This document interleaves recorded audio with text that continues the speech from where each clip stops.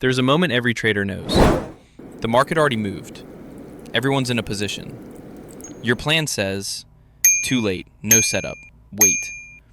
And instead of waiting, you feel something that doesn't have a clean name. Not greed. Greed wants more. This wants you to not get left behind. You call it FOMO.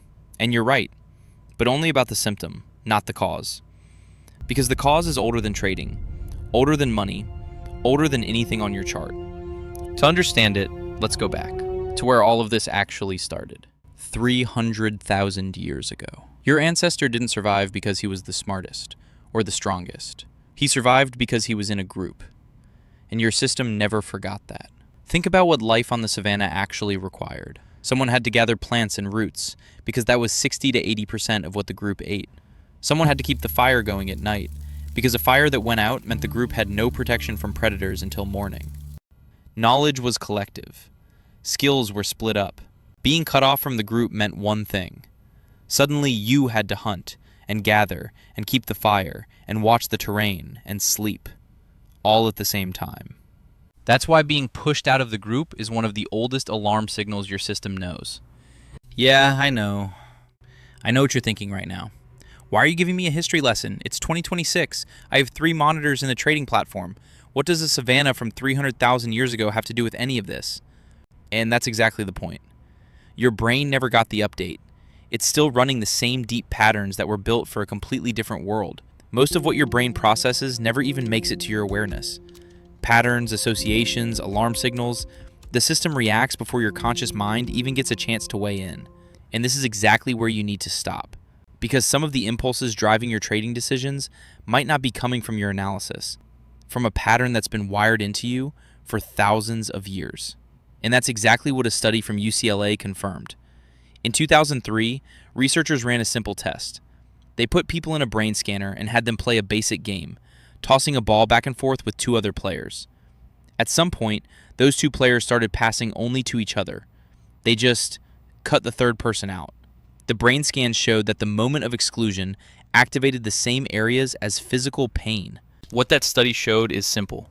Exclusion isn't just uncomfortable. To your brain, it registers as a threat. And that fear of being left out, it might be shaping your trading decisions a lot more than you think. Now move that into Ryan. Everyone is buying. Twitter, Discord, the guy texting him at 3 in the morning. You in? The herd is running. You're standing still. Alone. And it doesn't matter here that Ryan doesn't have a setup. It doesn't matter that his trading plan forbids this. The system isn't checking the plan. The system is checking one thing. Are you in the group or outside of it? The answer is obvious. Everyone is running. You're not. Ryan enters. No setup. At the top, right alongside the herd that just finished running.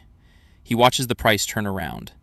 He watches everyone lose together, not because he's dumb, because his system spent 300,000 years learning that the one who falls behind is the one who ends up alone. But here's what this episode isn't saying. FOMO isn't a single mechanism. It's a symptom. And underneath it, there can be a few different things running at the same time. Evolution explains one layer, the oldest one. But there's also your history, how you handled being left out as a teenager, whether you were the one who always had to be inside the group or the one who never was and learned to live with that differently. The environment you grew up in could have made that mechanism stronger or dulled it down. Your ancestor's life had a massive influence on how you react today. But the mechanism that kept him alive on the savannah doesn't have to run your trading session. I don't want you to walk away from this episode thinking it's a verdict, that you're wired for self-destructive behavior in trading and you'll never make money because of it. The point was to make you aware that this mechanism exists. Because with that awareness, that's the only place you can actually start to get a handle on it. You don't have to take my word for it. Just look at the last few Bitcoin cycles. The price sits low for months. Nobody talks about it. The media are quiet. And then it starts moving. Slowly at first, then faster, until every news outlet, every finance site, every guy you know on Instagram suddenly has an opinion on Bitcoin. And that's exactly when, statistically, most people open a position. Not when the price was low and obvious, when the FOMO had already peaked. The mechanism is predictable enough that strategies like Wyckoff are built on that exact assumption, that the crowd will show up late with everyone else when it's already loud. FOMO is just one piece of a much bigger puzzle.